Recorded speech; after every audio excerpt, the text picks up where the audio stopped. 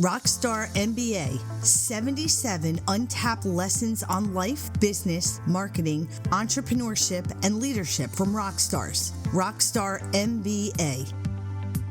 Hi, everyone, and welcome to a very special edition of Rock Star MBA. On today's show, legendary bass player and author Rudy Sarzo. And here's a clip of Rudy. Whether it was going to the Rainbow or whether it was going to the Whiskey or the Starwood or anywhere else, it was all about the letting people know that you exist. Right. So that was our social network. You had to be out every single night, no matter if you had a cold or your stomach flu or whatever, you still went out. I see. And you made yourself present. Yes. And that was our only source, because you never knew that night you could bump into that person that would, lead to something that you were looking for, Welcome to Rock Star MBA. What if the secrets to life and business success weren't found just in boardrooms, textbooks, classrooms, and journal articles, but through music and the arts? Rockstar MBA shares the untapped knowledge and wisdom acquired and shared by rock stars and the arts. And now, welcome your host, Dr. Martin J. McDermott of Rockstar MBA. What can one of the greatest bass players in rock history teach us about life, leadership, business, marketing, entrepreneurship, and success? Well, today we're going to find out. Hi, everyone, and welcome to a very special edition of Rockstar MBA. 77 untapped lessons on life, business, marketing, entrepreneurship, and leadership from rock stars. I'm your host, Martin McDermott. For decades, Rudy Sarzo has stood on some of the world's biggest stages, performing alongside legendary artists. His remarkable career has earned him a place among rock's most respected bass players. But today's conversation isn't just about music. It's about the lessons hidden behind the spotlight. In his outstanding book, Off the Rails, Rudy shares stories of perseverance, friendship, resilience, leadership, faith, teamwork, branding, and the pursuit of excellence. As I read the book, I found myself filling in the margins with notes because I realized these weren't just stories about rock and roll. They were lessons that apply to all of us, whether we're leading a business, building a career, starting a company, or simply trying to become better people.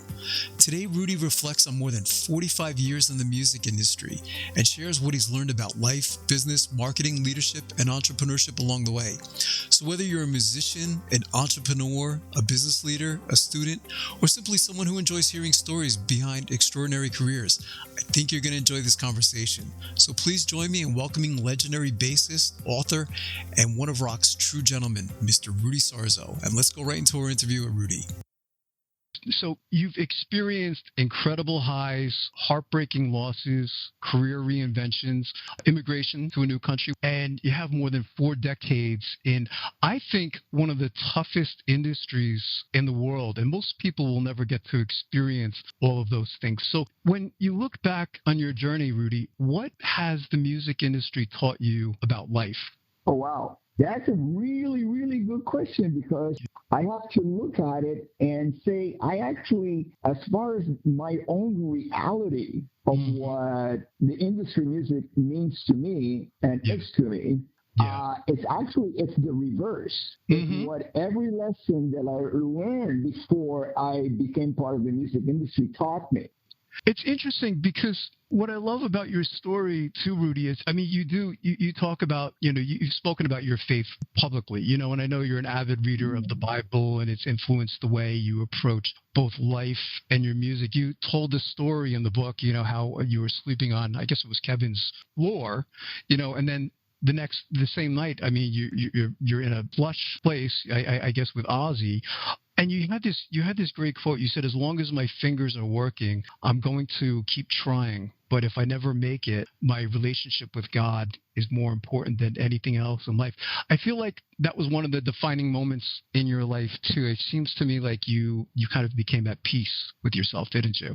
Yes, and what's interesting about that is that when I reached that state, and I mean, it's a state of consciousness, and even beyond that, because it comes from the heart, so it's not just through the mind. Right. It's more spiritual. The sense of spirituality I didn't have any reference. I have no reference whatsoever because nowadays, I can listen to. I go to YouTube and I listen to Joel Osteen every day. Yeah. And I even listen to it when I driving to the airport. When I'm coming home from the airport every morning, I listen to Joel Osteen because I think he's a very very transparent source of getting of teaching the Bible basically but prior to that I had none. So it was me reading the Bible. I first started with the Old Testament, then I got into I followed through to the New Testament, and then I started, since I'm a Christian, I just kept reading the New Testament. But when I had that epiphany was I was sleeping in Kevin DeBro's spare bedroom floor on the floor, not, I had a sheet, but it was on the floor, shag carpeting. And I had no reference that that's the way to actually speak to God. Right. By thanking, being grateful rather than asking. So in my mind is, I'm going to keep playing. Thank you for letting me keep playing. And as my fingers keep moving, I'm going to keep playing. Right. And I thank you for that. Right. Instead of like, please, get me a gig so I can get a car or, maybe get a band. No, it's like, it's nothing to do with that. Right. That came from my soul because nobody taught me that except my reading the Bible taught me that. It wasn't a person. It was my experience of reading the Bible, And that's a moment. But see, my reference to that is that at my lowest point in my life, materially, I was at my highest point spiritually. Right. Which once the balance starts, like, okay, now you're making some money and doing this, the spirituality seems to decrease, and that was the biggest that was the biggest challenge to sustain that high spirituality while I'm still attaining material, not necessarily possessions, but more like material experiences. Gratitude, Rudy. Yeah. Sounds like was what you're saying, and it's just, I loved how that was kind of like in the opening of the book, because it kind of set the tone, and I realized, where you were coming from. Here's a funny story I have to share with you. I mentioned, before we started recording. So I purchased the album. I guess I was probably at the time, I think I was maybe 16 years old when I got the album, Speak of the Devil. And like you, I also grew up in a very strict Catholic home. And what happened was my mom, she saw the album cover and she took the record away from me. So I ended up having to buy it twice, and then I did. But, she insisted I was listening to devil worship music. And that wasn't my thing. I was more into like the hard rock genre, all of those different bands, a lot of them that you played in. But I feel like, because I tried explaining to her, who Ozzy was, I feel like he was kind of like in his early days, particularly packaged a certain way. But you were so close with him. I mean, he would say, God bless you to the audience when he was playing. There's a story you told in the book, you went to church, I remember when you went to pray for Randy, and I think Ozzy might have even been there before you praying in church. Do you think maybe in like the early days, the public's perception of Ozzy was different from the person that you actually knew? Oh, yeah, of course. Yeah. But there's so many things that I want to add to what you just mentioned. So please, if I forget a few points, because you brought up some points that I want to address, just to give you more of the background to it. Okay. Regarding this, okay, so when I got my first gold record, even though I did not play on it, but I was on tour with the band, and people get gold records for, supporting the sale, to commemorate the sale. And if you're a lawyer or if you're a dentist or an artist, you get a gold record too. Right. You were part of that. Okay. So me, as being the bass player in the band at the moment, I got a gold record. So here I am. It's in my bunk, and we do a show in Miami. And I said, you know what? I don't want to be carrying this all over the country in my bunk because I only got so much room. Right. I'm going to give it to my mom and dad, because I wouldn't even have a home at that time. I just started touring with Ozzy, 1981. Okay, so I gave it to my mom and dad. But my mom, being the homemaker, she's the one that took charge of it. Right. And then it was the Blizzard of Oz record. Okay. Right. The iconic cover. Right. Yeah, the one, you know what it looks like. He's on the floor and he's got like a cross and it's like in an attic or whatever it was. Okay. Yes. So, a few months later, I go home because I since 1981, I would visit my parents at least 3 or 4 times a year, especially if I happen to be playing in town. Right. Or I would just, on a break, I would go and see my parents. Yeah. And so I go over to their place and there's the record on the wall. But Gold Records used to come with a miniature of the album cover. Okay. On the record. Yes. And it was gone. It was gone. Completely. And it's gone, disappeared. And that first time I didn't say anything. So I kept giving her records. Right. Like Diary of a Madman, gone too. So I go up and say, Mom, what's happening to these little covers? And she goes, oh, El Diablo, the devil. Okay. That's what she had to say. Oh, that's a great story. God! The same thing with your mom, my mom. I get and now those records are hanging in my gallery of gold and platinum records. So every time I look at them, it's just a sweet reminder. You think of it of that moment.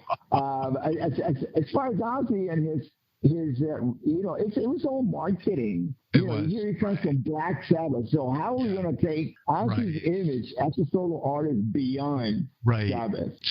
Because it was not about the guys, the band, Ozzy and the guys. It was the image was just Ozzy, because now he's a solo artist, and how are we going to take it to the next level? Once in a while I get to my feed on social media, like old posters about, from the shows, and they will say things like, not recommended for pregnant women to attend, do not eat before the show, things like that, because it's going to be so scary and repulsive.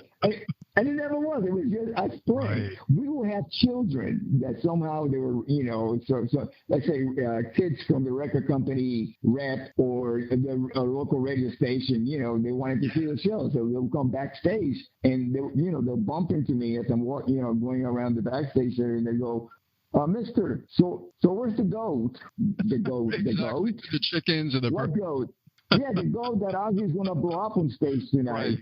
Exactly. He's like, okay, really? That's amazing. I mean, I did get hit with a few things. I saw the back on stage when it landed. It landed right in front of me, and I was playing, and I look at Ozzy, and I'm playing with the headstock on my bass. I point at the thing on the ground. We thought it was a toy. The last thing we're going to think of that is it was a real dead bat that somebody threw on stage. But it turned out to be a bat, and we had to go to the hospital after that, and to the emergency ward and get rabies shots. We were traveling in a bus with a box that said, "Do not drink." They were vials of monkey serum. It said, "Do not drink monkey serum." It's like, how thirsty are we going to be that we have to drink this monkey serum? What a great story! I'm so glad you clarified that. Go ahead, Rudy. No, I was going to say, so, it's like, he was the sweetest man. Yeah. He was a prankster. I can tell you that. He loved a good prank, and, but he was not evil. He wasn't evil. Not bad. He was not devilish or anything like that. He was just, he was just a rock and roller. That's about it, I was telling my wife the story of, because I in preparation for our interview, I read the book. I think it was like probably for the 3rd time. So you should see all the notes and the highlights in my book. But there was the great story of Ozzy where I guess he shaved the, I forget his name, the keyboardist. It's just, I can't imagine what his reaction must have been when he went into that night not knowing. I loved how you told the story because I felt like I was there. You know what I mean? Because it wasn't just He gave him a downer.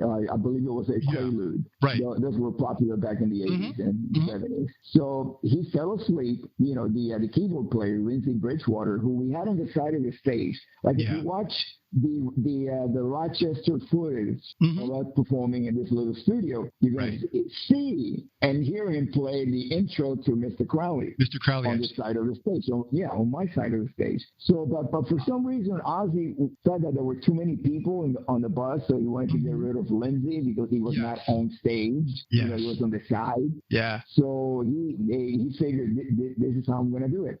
I mean, nobody knew he was going to do this. I did not know he was going to do this. Right. So he gets him. He slips a quaalude. So he passes out, Lindsay, and while the bus is headed towards the next town, you know, he's asleep in his bunk. So Ozzy cuts half of his hair, you know, like let's say the right side of his head. Right. So one side remained the same, and the other side was like all chopped up, really short. And then shaved the eyebrow that was on that same side.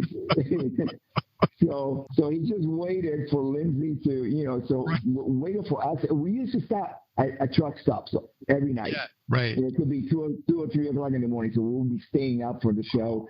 Go to the truck stop, have some little breakfast, and then because there was no food backstage catering, there was no catering backstage after the show. So it was like, okay, I'm a little hungry. Yeah. And I'm gonna eat some eggs and then go back to sleep and then wake up, you know, when it's check-in time, which was usually noon anyway, you know, in the next hotel. Right. And so we went to the truck stop and we thought, okay, Lindsay, because by then we knew what had happened because we were walking by him and we go, oh my God. You know, at that point I was new in the band. I did not ask any questions. Right. You know, I didn't want to bring anything. It's kind of like that Schultz in Hogan's Heroes. I see nothing. I know nothing. Sergeant Schultz. It's just like that. Okay. Oh, so my. I see him like that. I go, wow. Okay, well, at least he's asleep. So, you know, we're there having breakfast, and all of a sudden he storms into the truck stop and sits next to us. Now he's high from the quaaludes. You know, he's stoned, and so he's yelling at the waitress for a burger. And then he wants it now, you know. And then he throws in like Wonder Woman. Right. What? Again, the drugs. Just like, okay. So the waitress is looking at him horrified because here's this guy with half of his hair is gone. Right. And not in a very fashionable way, like a really weird, like an insane asylum, you know, patient. And his eyebrow is gone. Now, this is 45 years ago. Right. Things were a little simpler, a little bit more normal then than it is now. Now nobody would care, you know. But 45 years ago, in a truck stop in the middle of the Midwest, you know, people are gonna start wondering what is this, you know. So he at this point he hadn't seen himself yet in the mirror in the bathroom because he just got off his bunk and went in the diner, you know, the truck stop. Oh my! And so we're sitting there, and we don't say anything to him. It's just like nobody says anything, you know. So then we finished our meal. We go back in the bus. Then he goes to the bathroom in the bus, and all you could hear was this huge scream when he saw himself in the mirror. I can't imagine. And then he comes out of the bathroom, and Ozzy by the shoulder and says, "You were out of your mind. I tried to stop you." But you would not let me stop you, so you did, you know. Oh, it's like, a great wow. story.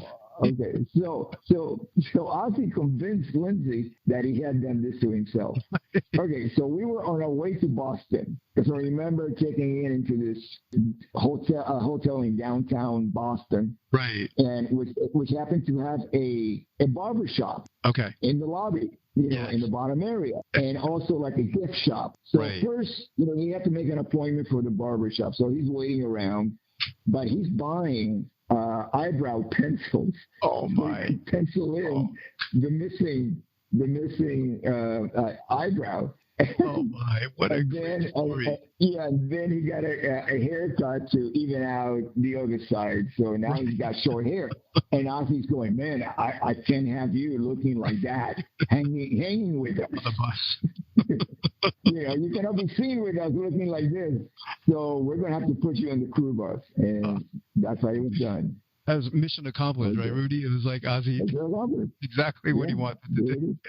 It sounded like it was just so many memories you have, and it was just I just laughed so hard when I read that. So many people, Rudy, think of music as purely creative, but behind every successful artist is a business. And you've worked with legendary managers. I really appreciated how you spoke about Sharon Osbourne. She seemed like she was an amazing person in terms of management, and you worked with like record labels. You talked a lot about promoters in the book, which I thought was fascinating because I didn't know a lot about that. And so you've watched both good and bad business decisions shape careers. What are some of the biggest, I guess, business lessons maybe you've learned from spending more than 45 years in the music industry now?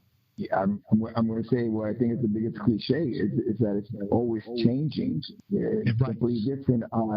Changing, but I think that there's been an art to the industry and to the creative process. Mm-hmm. If you're going to look, because there was an industry 1,000 years ago, right? So that's how you got classical music, right? And the industry was like these musicians. They travel and they perform and compose in very very contained areas of Europe. Right. They didn't travel too far. They didn't go around the world touring. They went to and they were sponsored by monarchy, kings, queens, noblemen. Wow. Those were the sponsors, right. And they would write music to please them, their musical taste. Some of them were even there for clergy. Oh, wow. Bishops and right. whatever. And like if you watch anything like Amadeus or where the king goes, there's too many notes. Right. In that piece, he's like, yeah. It's like, come on. What do you mean too many? I tell him, Mozart, that there's too many notes. Right. It's like, and we get that all the time. Yeah. At least we do. We did. Look, I've been doing this for 45 years. Let's flash back to me in 1981. Okay. 45 years before 1981, we're talking about the 40s. Right. Musicians, bands, artists from the 40s, outside of Frank Sinatra and maybe Dean Martin, because I think he started out in the 40s, with Jerry Lewis. There's not that many that were around. Maybe you had a Count Basie, okay? Right. Maybe you have Buddy Rich. Right. You had still Miles Davis, John Coltrane. I believe Charlie Parker had passed away by then. Mm-hmm. By 81. I think John Coltrane had passed too. But what I'm saying is, if you go back to the 45 years before that, there were only a handful of musicians that were part of the music industry in the 40s that were still viable, performing, selling records, getting on radio. Louis Armstrong will be one of them with It's a Wonderful World and Hello Dolly and songs like that. Right. But not like expected to like every year you're gonna release a record or you're gonna go out there on tour every single year. You have tour dates. You're gonna be all over the world. It was not expected, and nowadays it is. Right. It is. It's kind of like you're going to do this until you cannot do it anymore because you're given the opportunity. The rock and roll audience is very resilient, and they are supportive. Mm-hmm. And as long as they can afford financially to do it, to come and watch the band perform,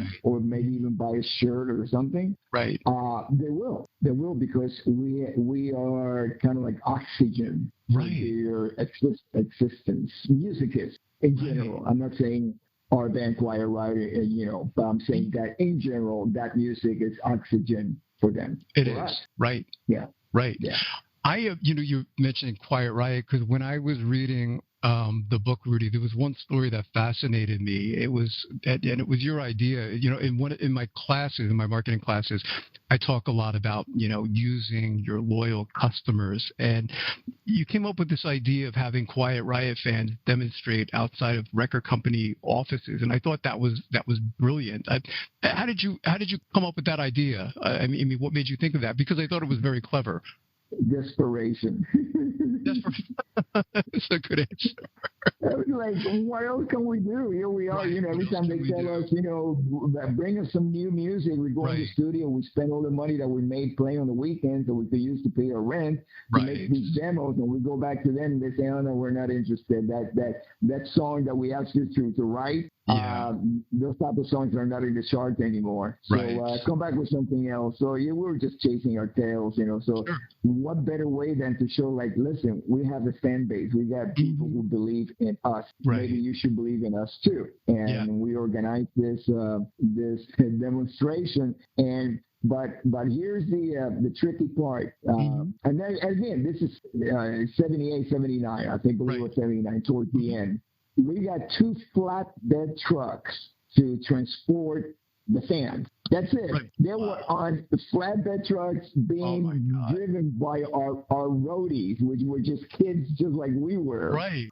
No insurance, no nothing, no parental, like they sign off on it. No, nothing. It was these kids. And now I think back at it and go, oh my God, that was like, that could have been a disaster. Right, exactly. Disaster. But, but back then, things were simpler. We didn't think about that. It's true. It's very simple. Get a truck, put the kids in the flatbed truck, drive them around town, and everything's going to be okay.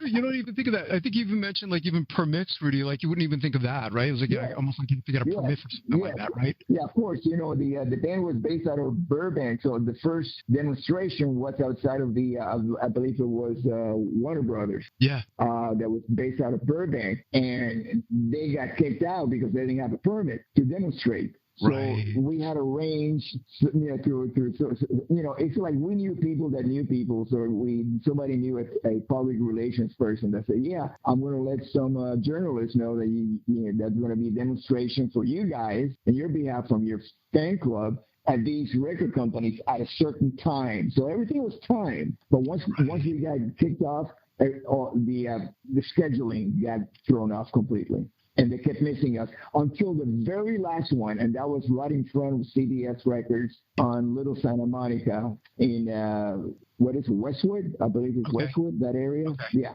It was a great story. That really made an impression when I was reading about that.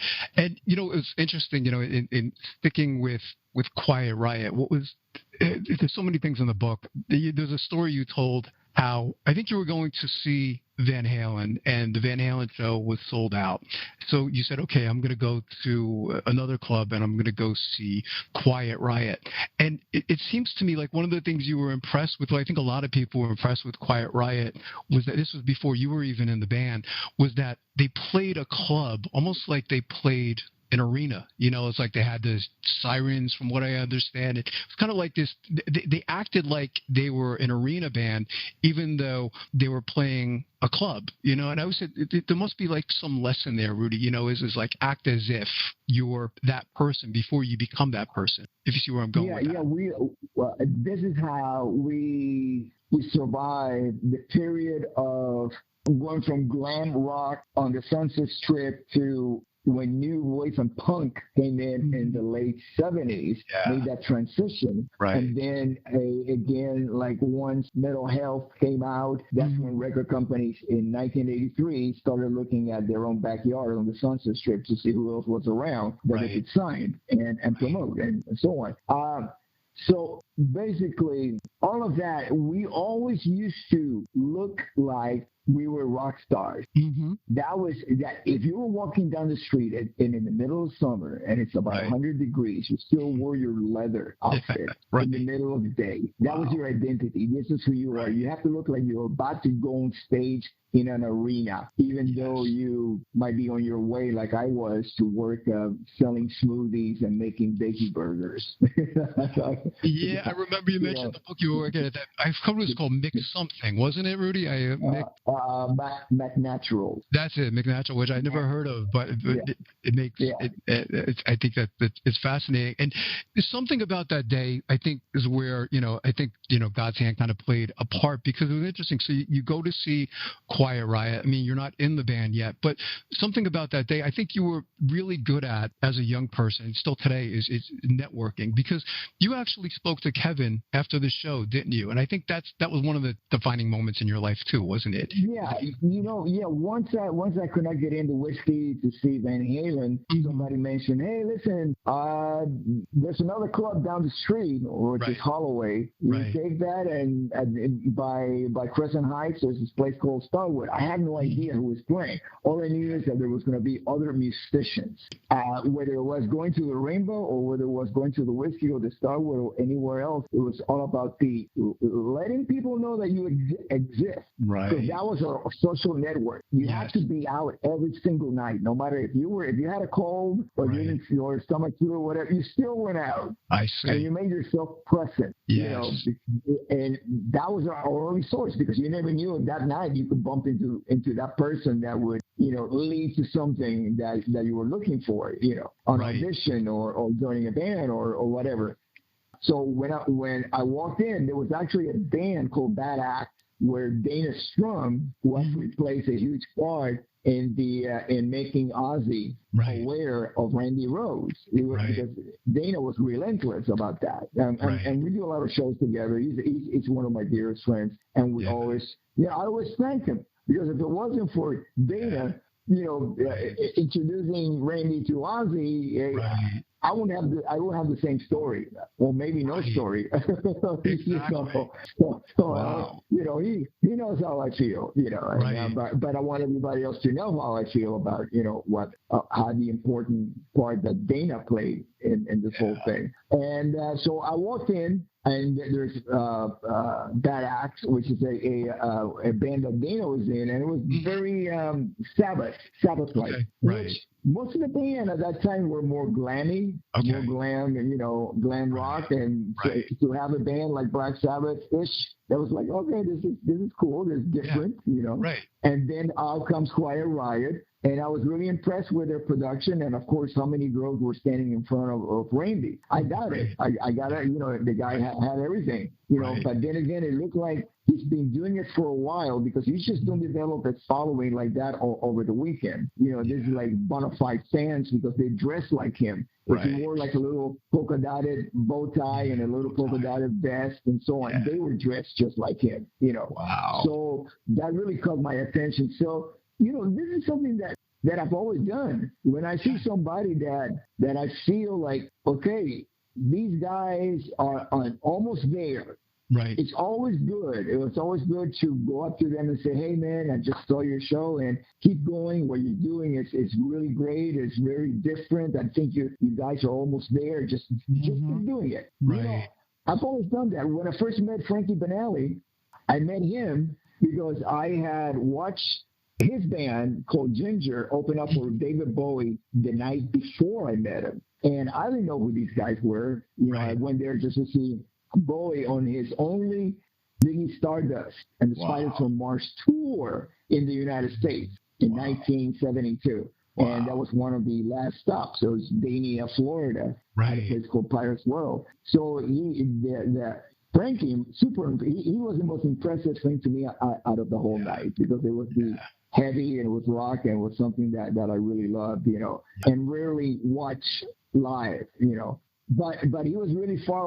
I was far away from the stage, so I just see him playing, but not his facial features. And so the following night on my birthday, I'm at this place called Flying Machine, which again was like the big network for all the musicians. I used to play there, and on the nights that I did not play, I hung out there. So somebody says, as we're talking, it goes, hey, that's one of the guys that opened up for Bowie last night. So I just immediately went straight to him and told him how great the band was, and especially the drummer. He was fantastic, and blah, blah, blah. And Frankie's like smiling. And then when I stop, he shakes my hand and says, hi, I'm Frankie. I'm the drummer, And that's why I met him. Not because I was looking for anything. I just, sometimes I need to tell people, hey, you're I get you. I get what you're doing, and I really appreciate it. Keep doing it. I want to hear more of that. Right.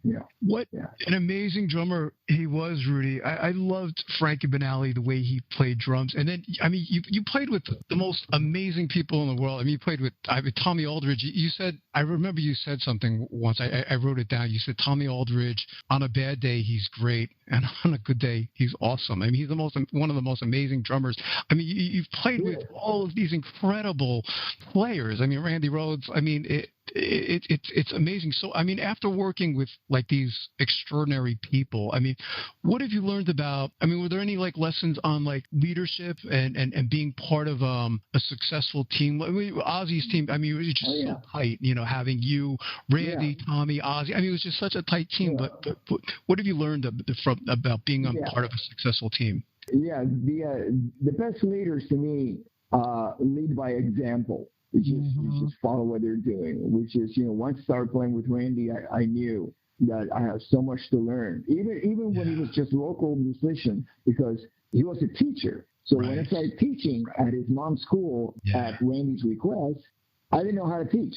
So he taught me how to teach, and then when I joined Ozzy, he was at such a elevated level from what he was in Quiet Riot that I said, you know what, he's learned so much while he's been away from LA. I'm going to keep an eye on him, watch everything he does, and I still do. I still follow what I learned from Randy. The same thing from Ozzy. The same thing from Tommy Aldridge. Tommy Aldridge, I've never seen him have a bad night. It's like impossible. Right. Amazing. It's like it's not going to happen. You know. Incredible. And in Sharon, she was a spectacular businesswoman, dedicated. Back in the day, we didn't have cell phones, so she used to stay in her room, even on days off, and just wait for phone calls and make everything keep rolling, keep moving forward. And she was relentless, incredible. I mean, she's such a music industry hero. I mean, there's not enough good things that I can I mean, every time I say something, it's like there's more to be said about, how great Sharon is. It's like I can't stop, And look at what she's doing with Ozzy now, I mean, that was a certain period. It took 2 years to put that event together. That happened a year ago, and July 5th of last year, 2025.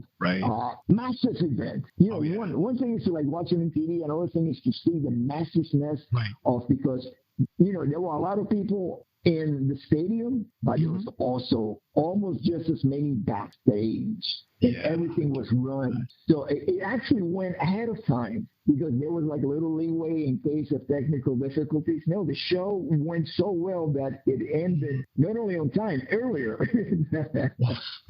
Because it just ran so smooth. And you can tell who's in charge, because they're the most relaxed people. There's no panic. And Sharon, she would be sitting on the side of the stage watching every band, just like I remember her when I was touring with Ozzy. She would be on the side of the stage watching every single song from the first note, or even before the first note, because she would be backstage with us.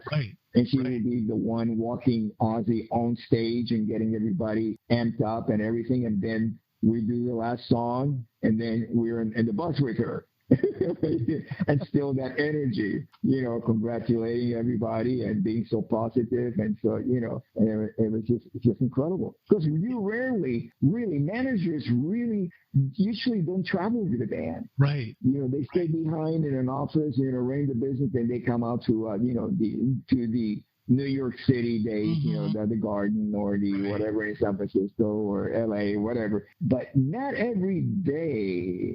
So they're going through, the smaller venues with us and seeing how that works and how we're going to make this into an event. Because even it's like the circus.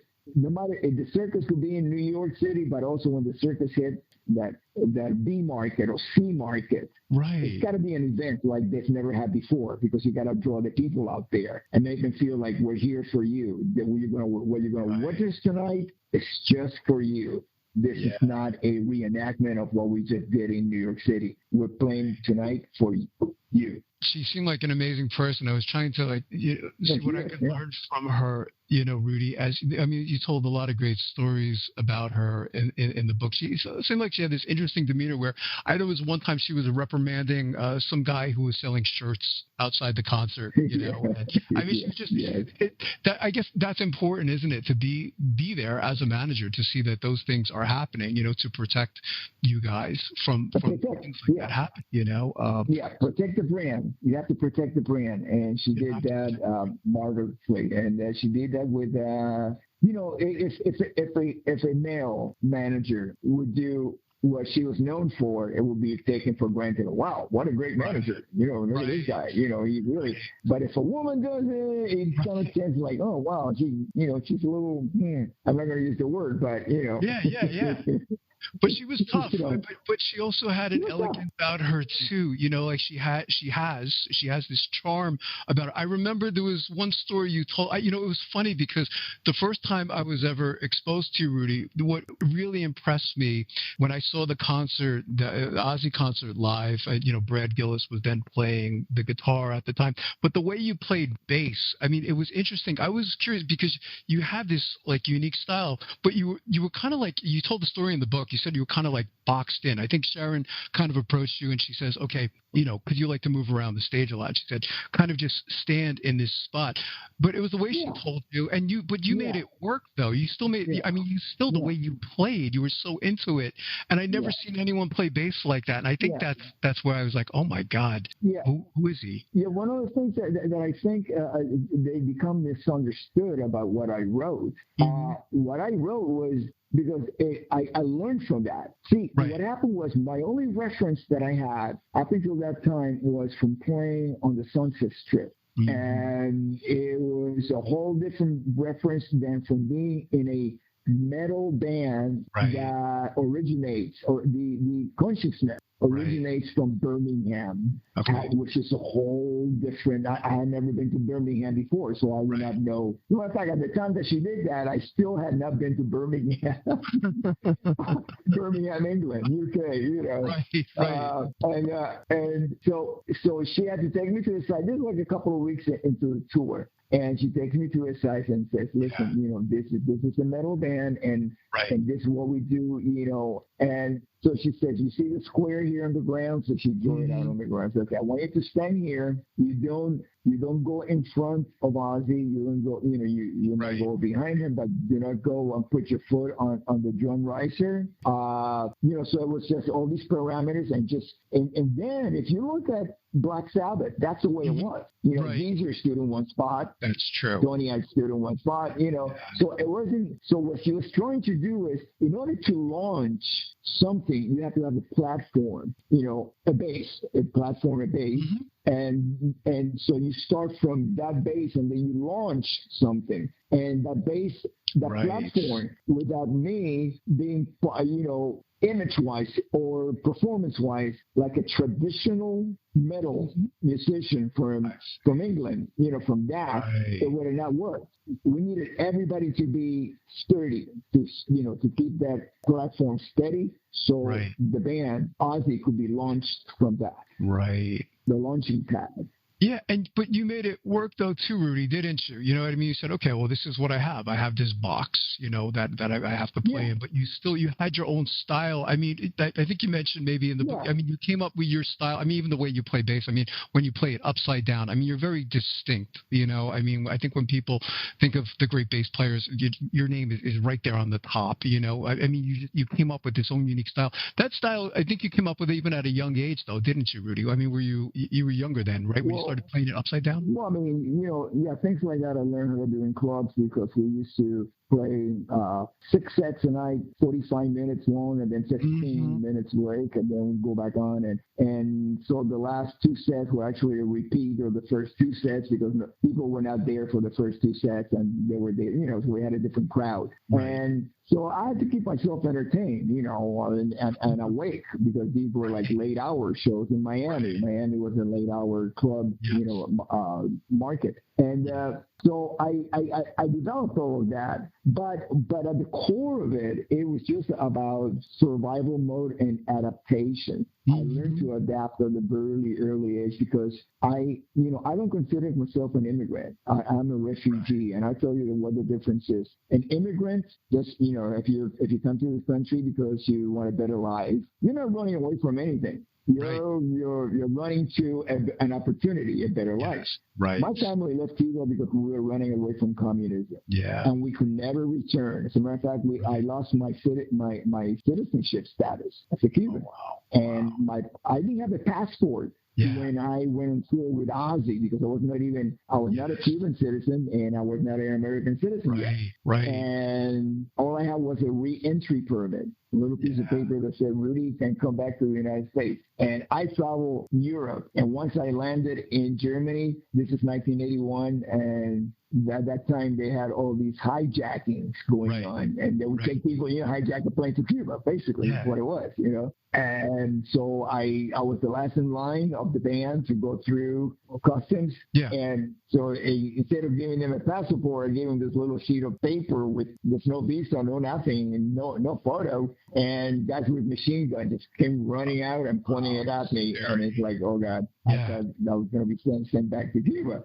And the promoter came out and spoke to them and explained what was going on and just, paid for whatever visa or work permit that I needed. And we just carried on. And I said, you know what? Never, ever is going to happen to you again. So as soon as I returned to the United States, I got my citizenship and got my passport, and it's been hunky dory ever since. Wow. It's great. And I could tell you're a patriotic American too, Rudy. I mean, you have this appreciation that sometimes people who are born here in America don't have, and I can just see how much you love the country, and I think that's so. Oh, absolutely. Yeah. I mean, I'm not saying that absolutely regarding everybody else, but regarding of my love and respect for the freedoms that I've been enjoying since 1961. Right. Since I arrived in the United States, I'm incredibly grateful. I mean, grateful is not even the word. I got to find something even beyond grateful. Right. Exactly.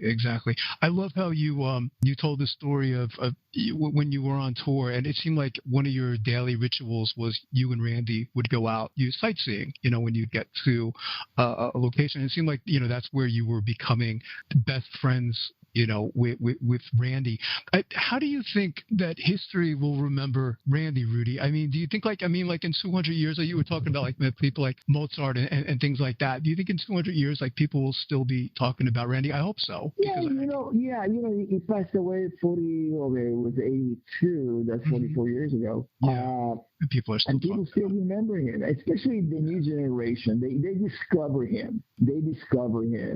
And also it also helps that Ozzy and Sharon, but since Ozzy does most of the interviews and he's the one in the Rock and Roll Hall of Fame when he was inducted as Ozzy Osbourne, he gave thanks to Randy Rhoads. So it's there's validation, there is references such as the music that he left behind, or make it very clear that he is a legend that will live on forever. When everything's stripped away, Rudy, I mean, you think of, the fame, records, the tours. I mean, what lessons from your parents have stayed with you throughout your life? I know you lost your mom not that long ago, and I'm sorry about that. But what did you learn from your mom and dad?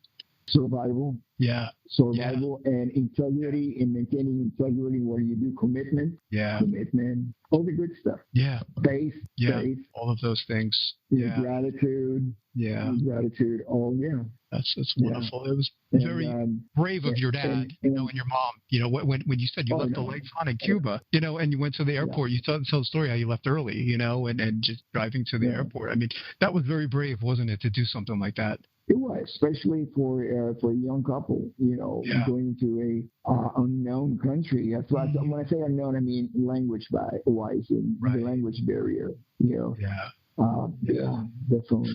Yeah, I had a similar situation. My grandfather, he's actually from Tunisia, and when he came to America, his first day of work, he started crying. He started working in Queens, New York, and his boss told him to do something, and he started crying because he didn't understand what he was saying, because his boss was speaking in English. I think your dad had similar issues when he got here, and I guess it's how you almost ended up in West New York, maybe too, right? There was not much work in Miami because Miami was in 1961. Right. It's very tourism and everything. For example, my dad's one of his jobs was at a building fiberglass boats, yachts. Oh. Right. But when I say building, it would be basically sanding them. You would get in a water tank, right? And there would be with a sander, and to sand down make the fiberglass smooth. And he would, this is like 61, so what, 60 something years ago, right? And we had different labor laws. Nowadays, you have to wear a suit and some breathing apparatus to keep that from going into your lungs. Right. But not in those days. It was just my dad in swimming trunks with a sander and blasting away fiberglass that would get in his pores of his skin all over his body, and then he would breathe that in. Oh wow. So he did anything that he could just to put some food on the table, Yeah. Martin. I got to jump on another Zoom. That's okay, Rudy. I want to thank you. I'm going to send you an email thanking you. I'm eternally grateful, and I'm going to send you a thank you email. Okay, I really appreciate it, man. And I hope to meet you. Yeah, listen, if you see that we're playing anywhere near you, just email me, and I'll take care of it. The greatest honor of my life to shake your hand. Thank you so much, Rudy. God bless you. Thank you. Bye-bye. Bye-bye. I'd like to thank Rudy one more time for doing that interview. We were scheduled for 25, 30 minutes, and he was such a gentleman. He went all the way to the end of the hour, and he had an interview following that. But there's this great expression, the bigger the rock star, the nicer the person. And that was definitely true about Rudy. If you'd like to order his book, which I truly recommend, I've read the book 3 times. It's called Off the Rails. And it's one of those books that once you start reading it, you can't put it down. And you can actually get the book right on Amazon.com. And again, thanks to Mr. Rudy Sarzo. And we'll see you again soon with another edition of Rock Star MBA. Take care, everyone.